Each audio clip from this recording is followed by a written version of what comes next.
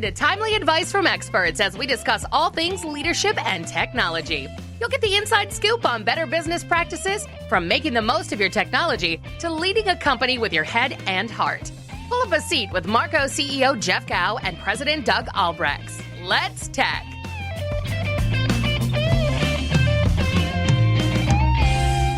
Welcome back to Let's Tech. Today we're going to be talking about partnerships. Now, the word partner gets used often in relationships, in business, and it kind of has different connotations. In fact, it's almost cliche. But today we're going to talk a little bit about what that means from our perspective and one of our best partners, Cisco. We like our customers to see us as partners rather than just a vendor, someone that sells them stuff. So what does it really mean to be a partner? Our customers tell us they know they have a partner when they feel the company genuinely cares about them and their success. They receive better service than they expect. The company provides value over time and is sought out for advice as an advisor. For Marco, our guest today definitely meets those.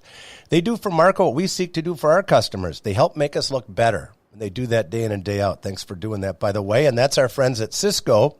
They've been a longtime trusted partner for Marco. And we're excited to have one of their key leaders with us today to talk about the value of partnerships, Brett Harrison. So Brett is an experienced sales and business leader. I like that you come from the sales background, Brett. I'm one of those guys too. And you're a recovering engineer, I understand, at Cisco Meraki.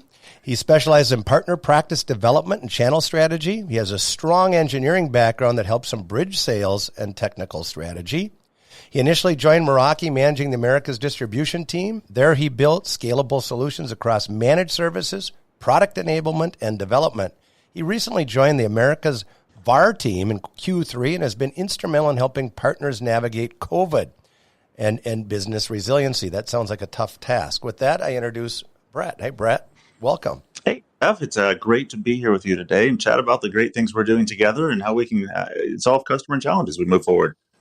Yeah, it's we've been together for a long time, and quite frankly, times have never been quite like this, have they? And that's almost getting cliche too, isn't it? As we start to go into in this case our fourth quarter of our business year. So, you've made a major move with the purchase of Meraki. Cisco did some years ago now. You have to tell us a little bit about that, and now it's known as Cisco Meraki. Tell us, what does Cisco Meraki do? And just give us a little history there, because I remember when that took place, that acquisition, and where it's at today is quite a contrast. So, yeah, I'll start with what Cisco does and why Cisco acquired Meraki and why it made a lot of sense on that. Cisco is widely viewed as the worldwide leader in networking for the internet for decades on that, connecting people, devices, networks all over the world. And I think if anyone can lay a claim to heritage in an industry as young as global networking, it's of course Cisco. Cisco represents 85% of all the network traffic across the world. We run our own business completely on Cisco as well. But for Meraki, which was an acquisition many years ago, Meraki started as a project called RoofNet.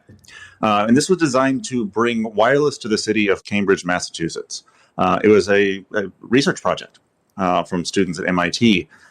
The company grew. It became a company, and it grew tremendously at a rate of 2 to 3x per year, and then unfortunately acquired by Cisco in 2012. Since then, it's become part of Cisco's cloud networking group. But one thing that's unique about this acquisition from Cisco is that we've been able, on the Meraki side, to keep we call it secret sauce and passion for cloud networking, cloud managed networking intact through that. So the question we get a lot is, what is so different about cloud networking versus our Cisco heritage? One thing we did is we changed the way we think about network management. That's never been done before. Meraki's purely out-of-band managed architecture creates secure, scalable, easy to deploy networks that can be managed from anywhere. Because it's 100% cloud connected and cloud managed, we started with management on that. So this can be done from almost any device using a web browser and what we call the Meraki dashboard, or even a Meraki mobile app today, to be able to manage the entirety of my network globally on that. The first product that we created, that Meraki created, was wireless, as I mentioned earlier on that. But those days have long gone. We've evolved a lot since then, since the acquisition. Now we have a scalable enterprise solution with all kinds of products interacting with each other. We like to think the more Meraki products that you add together on the network, the more outcomes you get. So the beauty of the Cisco Meraki solution isn't the single best-in-class product. It's the best-in-class solution in its totality on that. And when I think of Cisco and I think of Meraki, I think about innovation and I think about stuff that works. I use a Meraki wireless network at my home, and it's been great. And so I can speak firsthand that I have the kind of coverage I want. And even and that's in my home application. I know that's not your target audience, but I just thought I'd let you know that I'm familiar with your product from that aspect, right? Eat the proverbial own dog food, as they say, or cooking, right? So you guys build some really good products. And if you make good products, that's really helpful for us, by the way, because you don't sell your products directly to the end user in most cases. You use companies like Marco. And so you doing good work, building good products is really good for us too, because we hardly want medium products to go to our good customers, and then that just creates a different problem. So thanks for doing that, by the way. But how do you guys, how do you go to market with Cisco Meraki? Tell me, how do you go to market? How do you sell it? How do you engage? How does, you sell a lot of stuff, but who's your customer? Tell us about that IT decision maker and how you engage with them to get your products front and center. Talk about that. Sure. And Jeff, as you mentioned, we are so dedicated to our partner channel. We can't do it alone. We need partners exactly like Marco. We love working with Marco to be able to do things that we can't do ourselves. And the services Marco is able to bring, managed services and just installation services and things that we're not capable to do. It's exciting to be able to do that.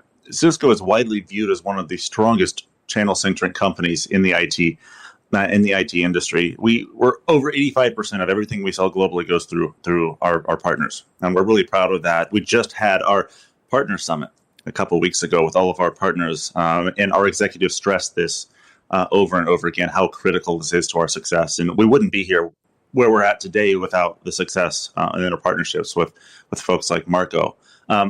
Meraki specifically is 100% channel centric. We don't sell a single product without our partners involved on that, which is nice for us to have on that.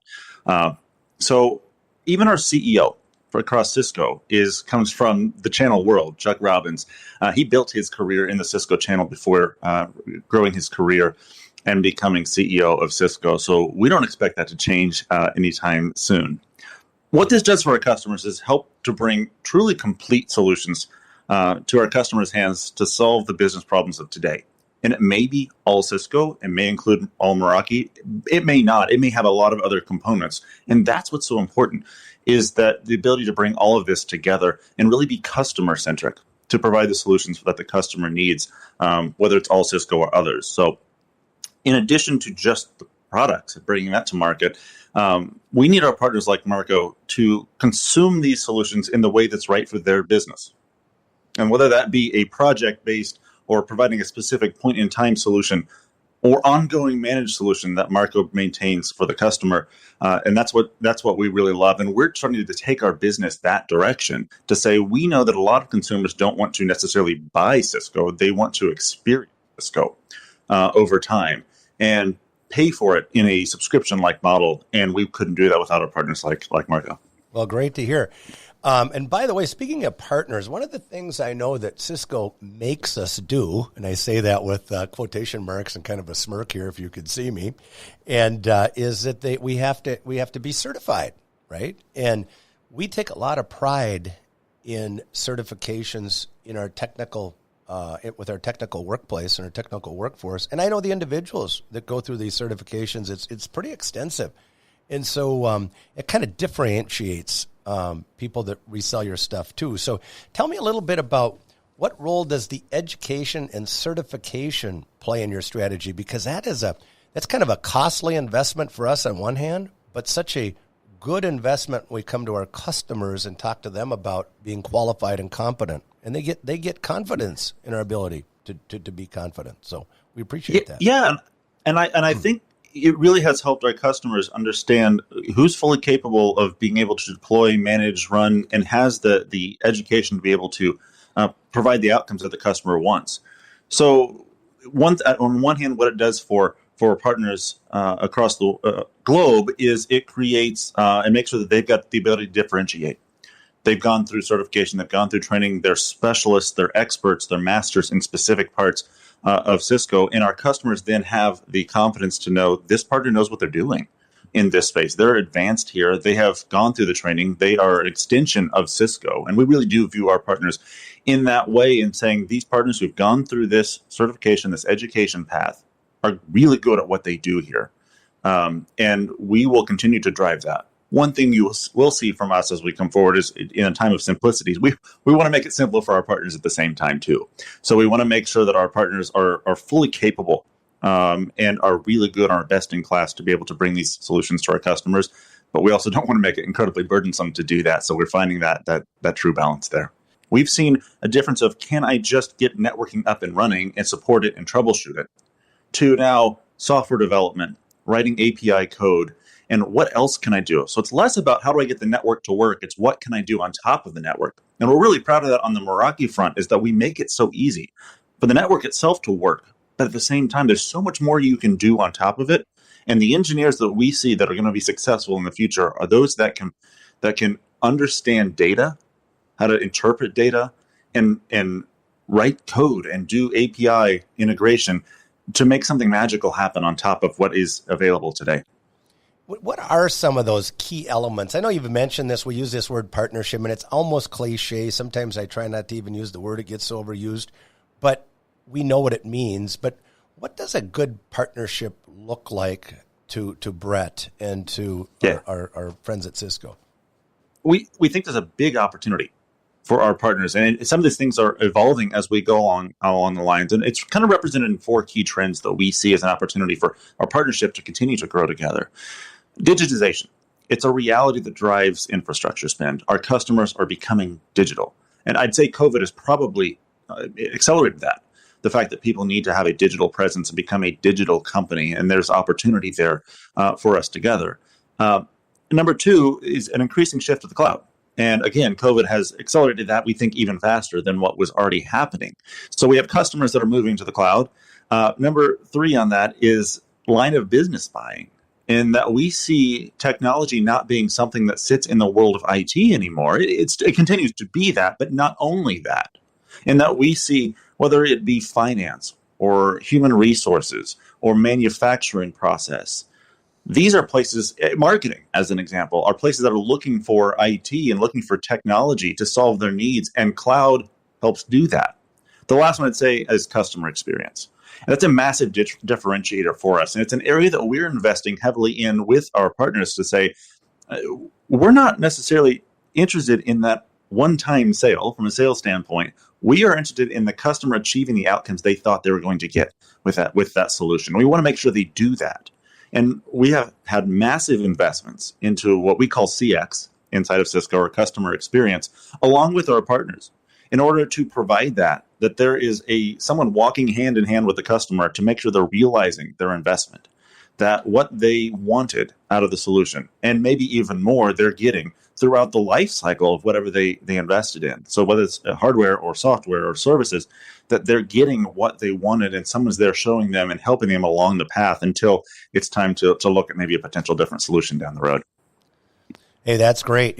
We really do. When I was listening to you here, Brett, I'm thinking about, you use the word investment, and you invest a lot of dollars into R&D, millions, probably billions. And we talk about things that you can't do, and we can get you to rural America, right? We'll have boots on the street, smart hands, etc.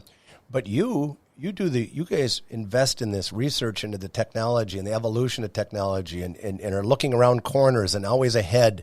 Those are things we can't do. So thanks for doing your job on that, and making sure that when we come to our customers, whether they're small, medium, or something exceptionally large, that our customers benefit from that. So thanks for investing. Speaking of designations, okay, so so many times when we have different valuations of partnerships, whether it's a frequent flyer program, or it's a preferred partnership with a vendor or something, they have gold and platinum and silver and diamond and all kinds of things. And I think that we have a certification as a preferred partner, a designation as a preferred partner. What does it mean to Marco and its customers that we have some designation and commitment with you? What does that kind of mean? Yeah, I think there's a couple of things, and I'm also going to put a question back on you, Jeff, too. So be prepared for that. I'm always prepared, Brett. Don't worry about that, man. Got you covered. Awesome. But, the simple answer there is that we truly are a partnership. That this is not just somebody that is a fly-by-night or there's an opportunistic thing that we're jumping on. We're literally working together on things for our customers. We're investing in each other. And when we say investments, it's not just dollars. It's also time. It's resources. It's the amount of time that we have, that we are our own resources working directly with Marco to create opportunities and grow the services potential and grow what we can bring to the customer together. At the same time, Marco investing back in Cisco, whether that be through education or focus or mind share on that. So having a preferred partnership means a lot. It means that it's not just a single company. It really is two companies working together for the outcome of the customer. So I have to point it back to you on that. What does it mean for you all? The fact that we work together so closely, and how does that impact our customers?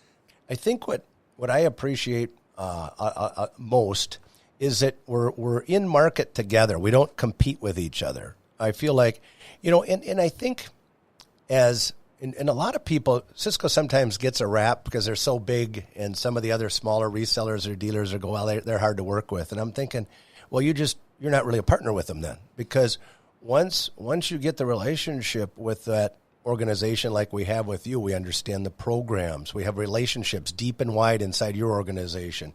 You have them deep inside of ours. You mentioned when we were talking earlier about Clay Ostland had done a video for you guys, right? I didn't know that, but he'd be the perfect guy to have do it. So we're reciprocating all the time. And so we've even had people come in when we were trying to improve our business, not just our technical competence, but our business. And we had I think her name was Karen Fegley years ago, maybe it might have been a decade ago, to help us be a better reseller. And she helped us craft even some of our staffing guidelines for systems engineers and quantity of those. So comprehensive, collaborative, and always looking toward good outcomes together. So thanks for asking. I think you hit on something really big there, which is we do elevate each other on that. And it is reciprocal in the fact that we take your feedback and what's working, what's not, to heart. And we work with our product teams. We work with what else we could be doing better to make sure that ultimately we're all growing together to be stronger for our customers and bring stronger products from our side and helping you create a more profitable business for you and bringing the right solutions to our customers. Very good. Hey, tell us something we might not know about Cisco Meraki. If I'm a listener today, and there's lots of them out there, and they're going, gee, I didn't know that. What might be something we don't know? So, number one, and I'm not joking, I get this question multiple times a year. I'll get it from extended family members probably here in the holiday seasons. No, we are not the company with the shiny silver trucks delivering Salisbury steaks by the metric ton to communities worldwide. They're a different Cisco. Yeah. And it's funny, I've started just going with it. In some of the places like barber shops and coffee shops, and they say, hey, I work for Cisco. I'm like, oh, I know Cisco. I see the trucks all the time. Like, yeah, we're proud of those trucks too. I like your chicken fillets, right? Yeah. They're fantastic on that. So in all seriousness, I think the one thing maybe a lot of people don't know, and it's really important to call out, is Cisco as an organization's true commitment to making the world, our countries, and our local communities a better place.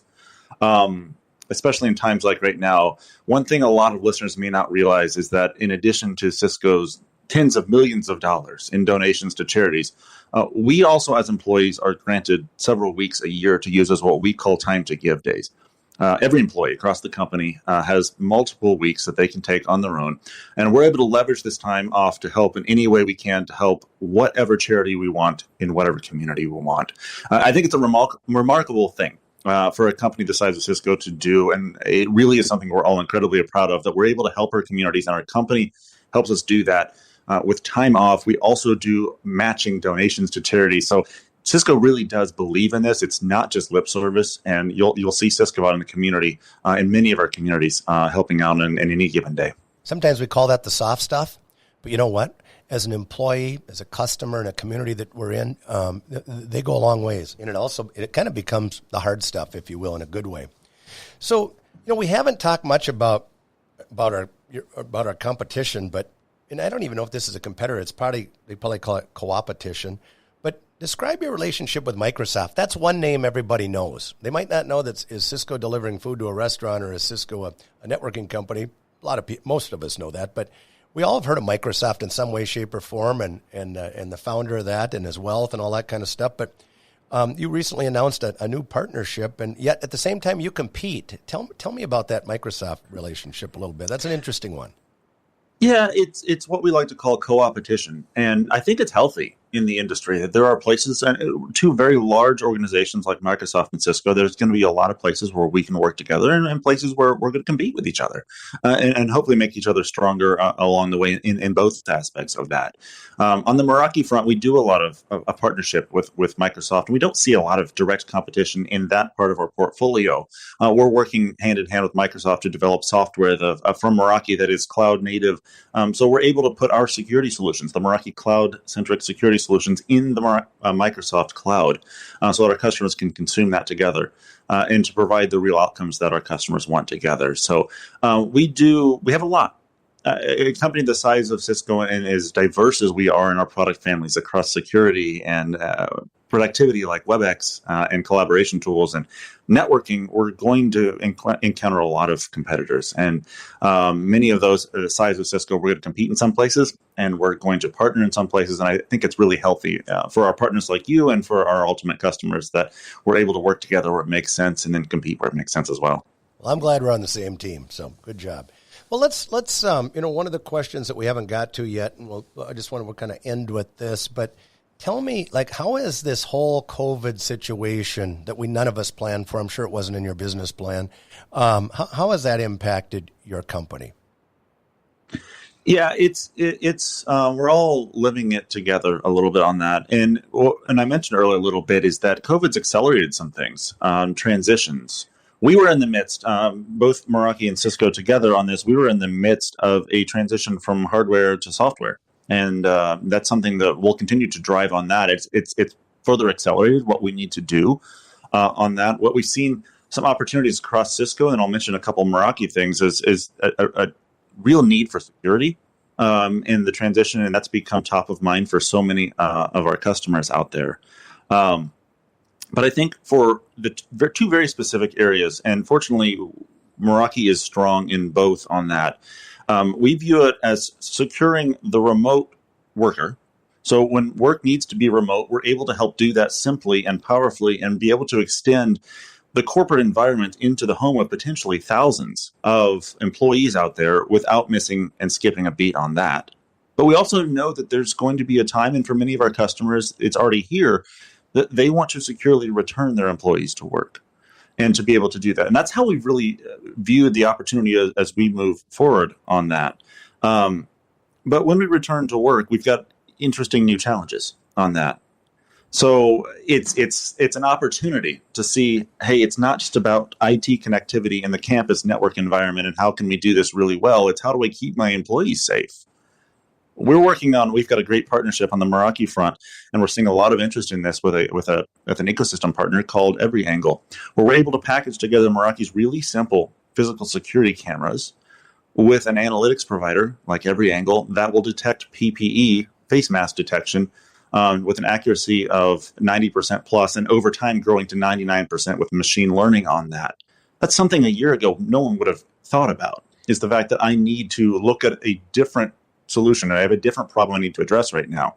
So we're really excited about what we're able to do there and bring some real solutions. So it has changed some, and it's accelerated some transitions, and has also brought in some new opportunity that we wouldn't have thought about before. And it all is about digitizing that workplace, making it safer for people to work. And if they're not going to be in the office, how can we extend that office into the home? Because one of the challenges with doing a home office, I'll tell you this, is that everyone is pretty much using consumer-grade internet service, an internet service provider. Mm-hmm. I no longer have IT visibility into that.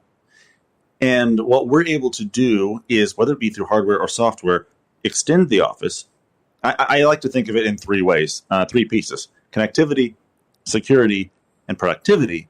And I'll add maybe a fourth in there, all wrapped in what I'm calling visibility on that, which is how can I do all that? And lastly, still allow IT to understand what's going on in the home environment, troubleshoot application performance issues, and be able to have a software layer sitting on top of this consumer network that allows me to extend and still have productivity on that. So maybe a long-winded answer of we see so much opportunity, even though things have changed.